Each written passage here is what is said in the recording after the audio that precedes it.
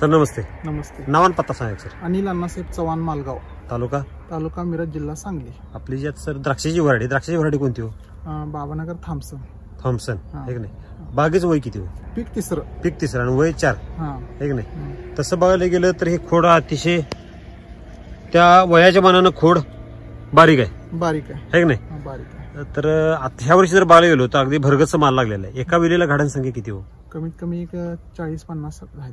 आणि जास्तीत जास्त 70 पण आहेत. 70-75 पण आहेत. 70-75 पण आहेत. सरासरी जर बघायला गेलं तर 50ची सरासरी निघते.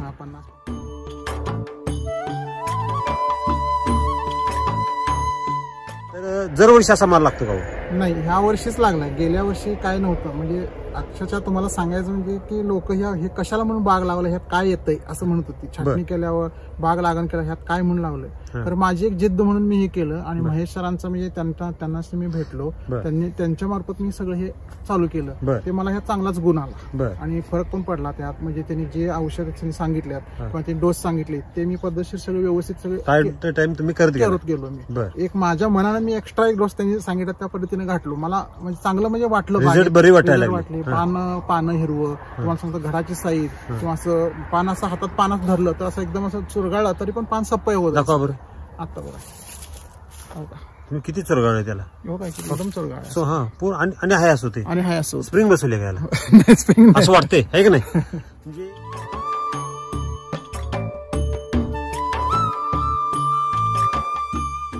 तुम्ही द्राक्ष शेती किती वर्षाला करताय? मी पहिला कॉलेज स्टॉटवर करत होतो. मध्ये मी स्टॉप केली कारण मला असंच की आपल्या रासायनिक खतामुळे तर त्यात म्हणजे लॉस मध्ये आलो होतो.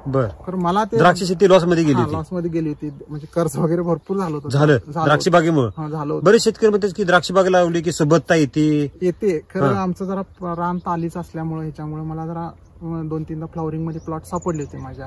म्हणजे मार्केटिंगच्या दृष्टीने पण केले. पहिल्याची सोनाका वगैरे अशी बागा होत्या आमच्या. 6-7 एकर बाग होती. सगळं व्यवस्थित करते. अचानक असं पाणी भरून साठायचं हे व्हायचं. त्यात म्हणजे ह्याच 5-6 वर्षात 10-12 वर्षात काय झालं आपल्याकडे अतिवृष्टी व्हायला लागली आणि पुरांचं प्रमाण वाढायला लागलं. त्यावेळेलाच माझं सगळं लॉस मध्ये झालं. मग त्यानंतर मी द्राक्ष शेतीच म्हणजे हे केली. आणि परत आता मला ते द्राक्षाचे बाहेरचे माल हे बघितल्यावर माझं मलाच हे वाटलं की आपण द्राक्ष ते करायलाच पाहिजे. आणि आता आपण हे करायचं नाही, आता मागं सरायचं नाही. आणि हे मी ह्याकडनं व्हरायटी बसवली टॉगरीज ते. आणि त्यात पण त्यावेळेला पण पाऊस भरपूर झाला.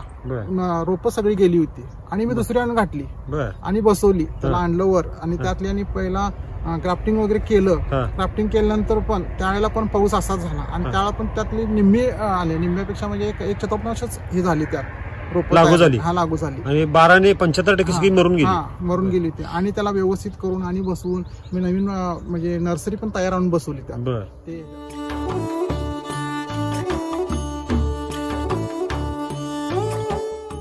म्हणजे एवढं आपलं तालीचं रान आहे की ह्यात पावसाळ्यात जर बघायला गेलो पावसाची परिस्थिती कशी असते? पाऊस भरपूर असताना ट्रॅक्टर जात नाही. आता ह्यात जर बघतोय आता चाकोरी वगैरे काय पडले म्हणजे आपण ट्रॅक्टर घातलेलाच नाही. ट्रॅक्टर घातला होता. मी त्याला काय केलं, रोटर वगैरे पावसाळ्यात मारलं नव्हतं काय. म्हणजे आपलं ट्रॅक्टर व्यवस्थित व्हावं, भुसभुशीत राहू नये, ह्यासाठी घट राहायचं राहावं म्हणून केलं.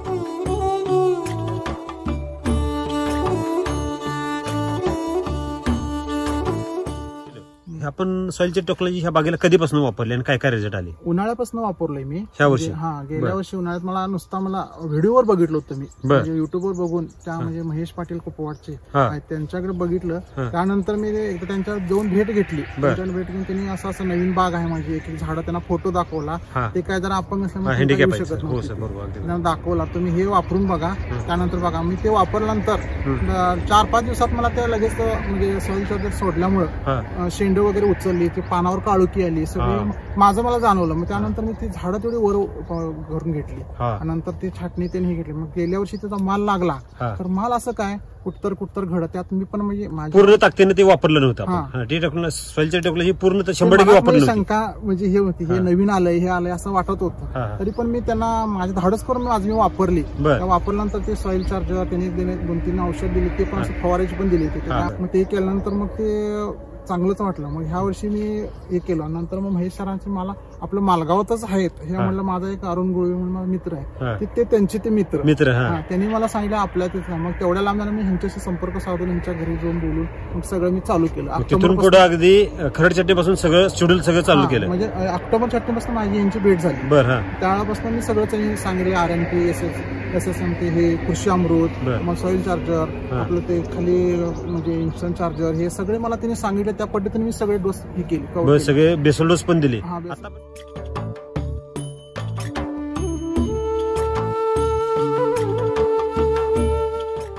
आता पण या गोडी चटणीला किती डोस दिले टोटल? कुठले? त्या गोडी चटणीला आपण टोटल बेसल 3 डोस दिले मी. 3 डोस दिले. आता प्लॉटचा दिवस किती आहे सर? आता बघा 19 ऑक्टोबरच्या म्हणल्यावर 90 दिवस झाले. तसं हे अजून बघायला गेलं तर अजून किती दिवस प्लॉट हा आपला? 4.5 महिन्यापर्यंत. 4.5 महिने आहे की नाही? तसं साईज जर बघायला गेलो अतिशय युनिफॉर्म साईज आहे, एकसारख्या मण्यांची साईज आहे, फुगवण पण एकसारखी आहे आणि एवढा माल लोड आहे सर.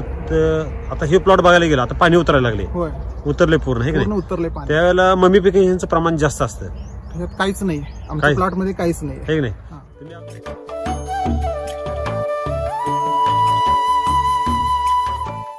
तुम्ही अगोदर ज्यावेळेला द्राक्ष शेती केमिकलवर करतात त्यावेळेला समस्या किती काय काय येते? घड असं जळत जात होती. कसं? खालनं शेंड्या करणं असं वर पण असं जळलं, मम्मी व्हायची. मम्मी व्हायची.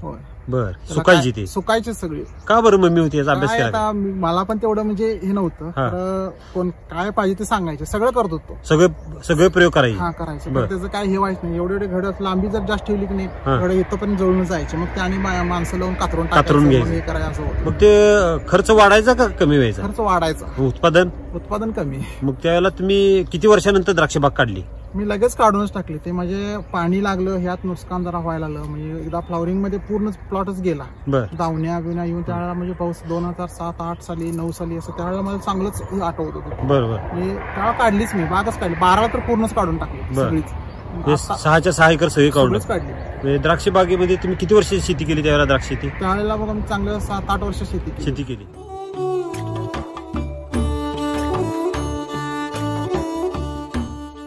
त्या 7 ते 8 वर्षात सर असं तुम्हाला कधी वाटलं की बाबा द्राक्ष बागेत आपल्याला आता फायदा व्हायला लागलाय, समाधान वाटायला, असं कधी वाटलं? एवढ्या दिवसात मला आज आता खूप समाधान वाटते की मी ह्यात काहीतरी केलंय.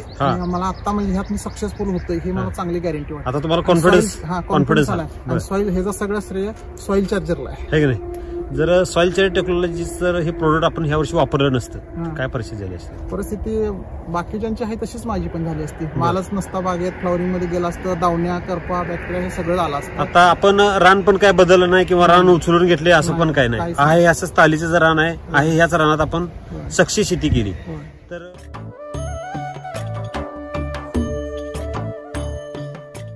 बरेच शेतकरी म्हणतात की वैदिक म्हणजे एवढे जे लहान पुढे येतात 600 ग्रॅम 1800 ग्रॅम आपण जे RNPचा बेसल डोस देतो त्यात एवढी ताकद नाही असं बरेच शेतकऱ्यांचं मत आहे. लोक म्हणत असतील, खरं मला खात्री आहे पूर्ण. आणि मी वापरले, मी एक्स्ट्रा 1 डोस टाकलाय. मला त्याचा रिझल्ट आल्यामुळे मी एक्स्ट्रा टाकला. एक्स्ट्रा का बरं टाकला सर? मला माझ्या मनाला वाटलं म्हणून मी टाकलं. शेड्यूल मध्ये टोटल गोडी चटणीला 2 डोस आहेत. 3 टाकले. 3 टाकले आहे की नाही?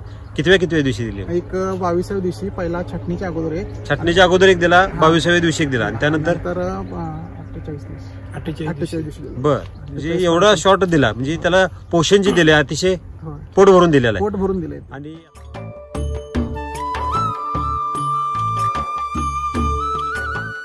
आणि आता आपण हे सर ग्रेनरी बघतोय तर ग्रेनरी अतिशय छान आहे. हे जे पान आहे ते पान जर तुमच्या हातावर घ्यावर सर, त्यात पण तुम्ही पान कुठलं काढलं सर? शेंडाच पान काढलं आहे की नाही? हे पान जर तुम्ही 2 हात जुळवून धरा बरं सर. तुमची 2 हात एवढं मोठं पान आहे. आणि तुम्ही तर आता हे प्रयोग करून दाखवला तिथल्या वरच्या पानाचा की किती जरी चुरगाळतं झाड पान हे हाय असं राहते. ज्यावेळेला आपण केमिकल प्रॅक्टिस केली त्यावेळेला पान जर असं चुरगाळतं काय व्हायचं? चुरा मोडतंय पान.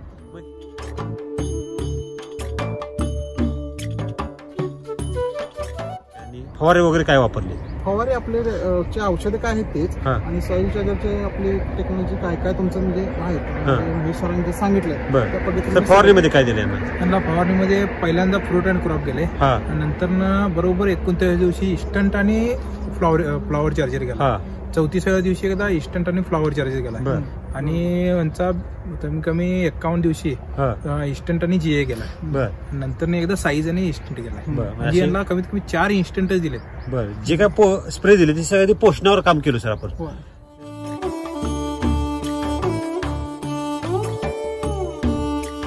द्राक्षबाग मिरज तालुका म्हणजे द्राक्षबागेचं माहेरघर, सांगली जिल्ह्याचं नाक आहे द्राक्षासाठी, आहे की नाही? सगळ्यांची परिस्थिती काय हो द्राक्षाची बाबतीत? नाही, खूप वाईट परिस्थिती आहे. म्हणजे त्यांच्यात आता माझंच काय सांगत नाही, कारण बाकीच्या आजूबाजू शेतीला म्हणजे दावण्या करपा किंवा असं काय पण बरेच आहे. तर आमच्या प्लॉट मध्ये दावण्याचे स्पॉट सुद्धा आलेले नाही. का बरं? याचा अभ्यास केला का सर? अभ्यास सॉइल चार्जर आहे की नाही? आपण कशावर काम केलं सर? आपण पोषणावर म्हणजे काम केलं. राम सर नेहमी काय सांगतात बघा बरं?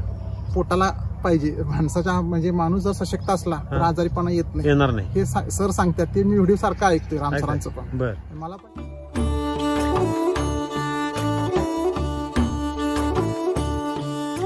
द्राक्ष बागायतदार जर बघायला गेलो तर किती टक्के मातीवर काम करतात आणि किती टक्के फवारणीवर काम करतात? काय जुनं तुमचं शेड्यूल किती असते? जुनं जास्त फवारणी पण असते आणि मातीवर काय नाही, नुसतं काय ड्रिपची जी काय खतं सोडतील तेवढंच, आणि खत शेणखत काय ज्याच्या त्याच्या ह्यानं प्रमाण घालतात. ह्या वेळेला मी गेल्या वर्षी शेणखत घातलं होतं, आता काय घातलं ह्या वर्षी आता घालायचं म्हणून सांगितलं सरांनी पण म्हटले. गोअमृत जर वापरलं आणि ते जर वैदिकचा चारा तयार करून जर त्याला त्या जनावर जर मिल्क चार्जर वापरला आणि त्याचं जर शेण गोअमृत म्हणून जर तयार झालं ते अतिशय सुंदर प्रकारे ह्याला काम करतं. मी वापरतोय मिल्क चार्जर सुद्धा, मिल्क चार्जर वापरतोय, ह्यांच्याकडनंच नेतोय. बर, आणि ते पण आता म्हशी सुद्धा माझ्या, आता मी काल 2 दिवसाला संपलंय त्याच्यामुळे मी अनाज झालं नाही, तरी पण दूध कमी, म्हशीचं दूध फॅट, आणि गाईचं पण माझ्याकडे आता देशी गाई 2 आहे आणि म्हशी 2 आहे. मिल्क चार्जर काय रिझल्ट? एक नंबर रिझल्ट आहे. म्हैस चारा बिरा सगळं खायचं किंवा त्यांचं म्हणजे दूध पण चांगलं येते, फॅट चांगलं येते दुधाला पण, आणि सगळं शेण वगैरे त्या गाईंचं पण असं काही कशी तक्रार काही नाही, आजार पडत नाहीत. बघा बरं, अगोदर जनावरांच्या काय समस्या आहे? समस्या भरपूर, काय जायला दमवायच्या किंवा चारा खायचं नाही, चारा टाकलं तर ते तसंच वेस्ट जायचं. आता काय नाही, तावण म्हणजे सगळं स्वच्छ असते सगळं.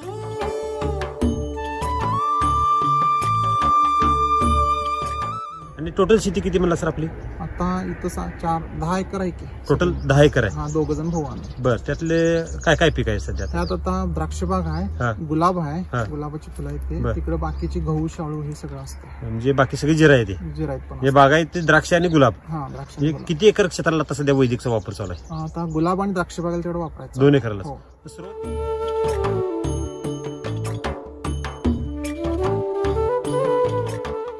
द्राक्ष बागेत असं काय झालं बाबा, एखादी प्रॉब्लेम तुम्हाला सुटला नाही, प्रॉब्लेम क्रिटिकल होत गेला, असं कधी झालं का ह्या वर्षी? ह्या वर्षी तर काही झालं नाही. दरवर्षी व्हायचं, कंटाळायचं, मला टेन्शन यायचं की आज वातावरण बिघडलंय, आज ह्याला काय होतंय, किंवा रात्रीच एकदा 12-1 वाजता मी उठून येऊन बघणार पाऊस पडला. ह्या वेळेला एकदा पाऊस आला काय आला, रात्री पहाटेचं मी धुकं जर एवढं धुकं पडलं तर तरी पण माझ्या प्लॉटला काय झालं नाही. 10 वाजेपर्यंत धुकं होतं 2 दिवस, दिवसा 10 वाजेपर्यंत 9-10 वाजेपर्यंत होतं, तरी पण प्लॉटला माझ्या काही झालं नाही. पानाच्या स्टेज, बाकीच्यांचं कोणाचं कूस झालं, कोणाचं काय असं प्रत्येकाचं ऐकायला मिळतं. प्रत्येकाला समस्या येत होती, हे तुमच्या कानावर होतं. आपल्या प्लॉटमध्ये काहीच झालं नाही. का बरं झालं नाही सर? का म्हणजे सॉइल चार्जर टेक्नॉलॉजी आपण काय काम केलं सर?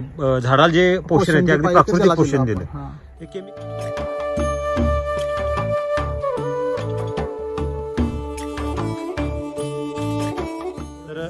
आणि खोडाळी एक माझ्या बागेत होती, खोडाळी सुद्धा बंद झाल्या हे खतं टाकल्यामुळे. बरं, आधी किती टक्के खोडाळी होती? खोडाळी भरपूर असायची, तरी पण अंदाजे प्रत्येक अंगला 1-2 असं झाडं घावायचे. आता किती झाडावले एक अंगल? आता नाही, गेल्या वर्षी म्हणजे अंगल 2-3 अंगल मध्ये नाही, 1-2 झाडं घावायचे. ह्या वेळेला नाहीच. आता 25 ते 30 टक्के खोडाळी होती म्हणा की जास्त. तेवढी होतीच 30. बरं, कमी आहे एकदम, म्हणजे काय म्हणजे नसल्यातच जमा, म्हणजे पूर्ण कव्हर झाली. पूर्ण बागेत बघायला तर एक 6 ते 7 झाडं घावतील, म्हणजे एका लाईनीला घावायची तेवढे अखंड प्लॉट मध्ये सापडायला, ते पण कव्हर व्हायला लागले.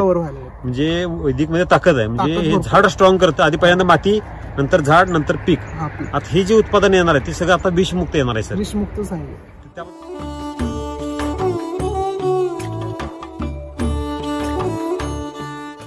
आता मी म्हणजे माझ्या ते व्हरायटी काळ्या द्राक्षाची व्हरायटी आहे, ती खाल्ल्यावर असं साखर खाल्ल्यासारखं लागतंय. म्हणजे त्याचा दिवस अजून मी काढलं पण नाही, काय नाही. परवाच मनी एकदम सहज मी फिरत म्हणजे ह्या झाडात आपण घरी खाण्यासाठी 2-4 झाड लावले. आमच्या लहान बाळाला जे लागतंय म्हणून मी लावलेत. त्यात लागल्यात, म्हणजे काळ्या द्राक्षाचा माल कमी आहे, खरं त्यात एक 7-8-10 घडं लागल्यात तेवढीच. म्हणजे ते म्हणजे चांगली टेस्ट एकदम गोड आहे. आणि ह्याची सुद्धा असं गर बीर असं दाबून जर बघितलं, हे आहे त्यात एखादी मनी काढ. आता हा मनी सर तुम्ही इथनं काढला, एक मिनिट इथनंच काढला ना? होय. ही बीट आहे ती अगदी त्याचा ब्रश वगैरे काय राहिला काय? नाही काय सुद्धा नाही. म्हणजे ह्याचा ब्रश आहे तो इथं पूर्ण ह्यात निघालेला आहे. हातानं कट करा बरं सर.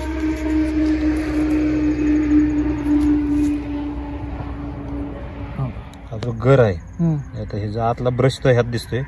गर किती आहे बघा, गर भरपूर. हा जर केमिकलचा मनी असता तर ह्याचं पूर्ण पाणी पडलं असतं. पाणीच पडलं असतं आहे की नाही? आणि ही जी स्टेज आहे आताची, ही स्टेज म्हणजे पूर्ण पाणी भरायची स्टेज असते. त्यात सगळं पाणीच असायला पाहिजे होतं. त्यात आता काय पूर्ण गर आहे आणि साईज सगळी युनिफॉर्म साईज आहे.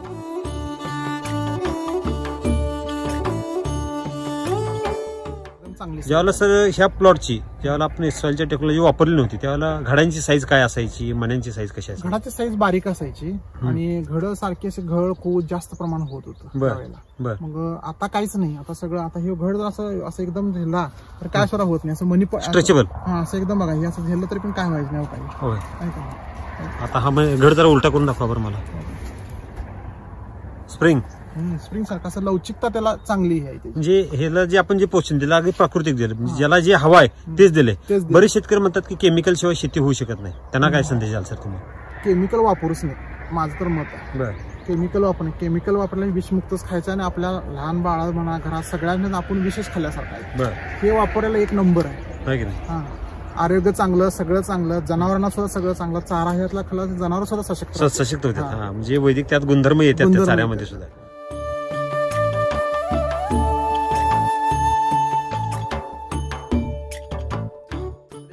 काडीला आता माल किती, आता ही जर काडी बघायला गेलो काय एवढा लोड माल आहे, ह्याला कसलाही सपोर्ट नाही आहे की नाही, तरी सुद्धा अगदी जरी हलवलं तरी अगदी डुलतं इथे आहे की नाही.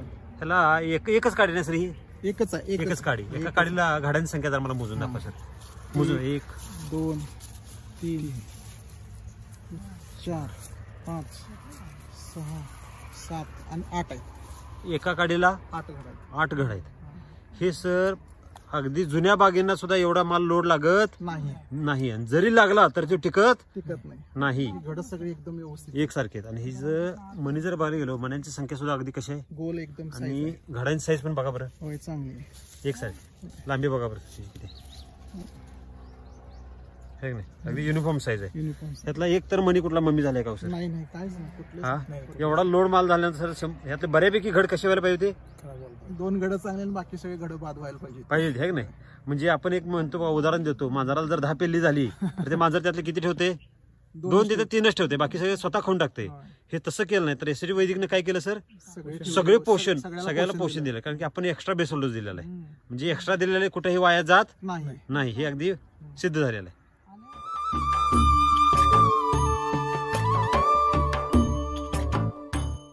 तर राम सरांनी एवढी चांगली टेक्नॉलॉजी निर्माण केली, तर तुम्ही राम सरांना काय संदेश द्या? राम सरांनी तर माझं धन्यवाद. म्हणजे मी त्यांना भेटूनच एकदा हे करणार आहे, कारण त्यांनी एवढं चांगलं हे केलंय आणि सगळ्या लोकांनी पण चांगलं हे सांगायला. ते आम्हाला सुद्धा मला कधी त्यांना एकदा भेटून झालंय असं, म्हणजे माझ्या मनात भरून यायला लागलाय. आणि मला हे त्यांचं जे मी वापरलं ह्या वर्षी त्यांचं आणि महेश सर यांचं सगळ्यांचंच मला हे आहे बघा सपोर्ट. तर तुम्हाला मार्गदर्शन कोणाचं लाभलं? महेश सर. नमस्ते, तुमचं नाव आणि पत्ता सांगायचं. माझं नाव महेश रामचंद्र सोरंके, मालगावमध्ये आपलं शॉप आहे, ओ मायक्रो करून. मोबाईल नंबर आहे 88 88 28 71 71. Okay, thank you best of luck sir.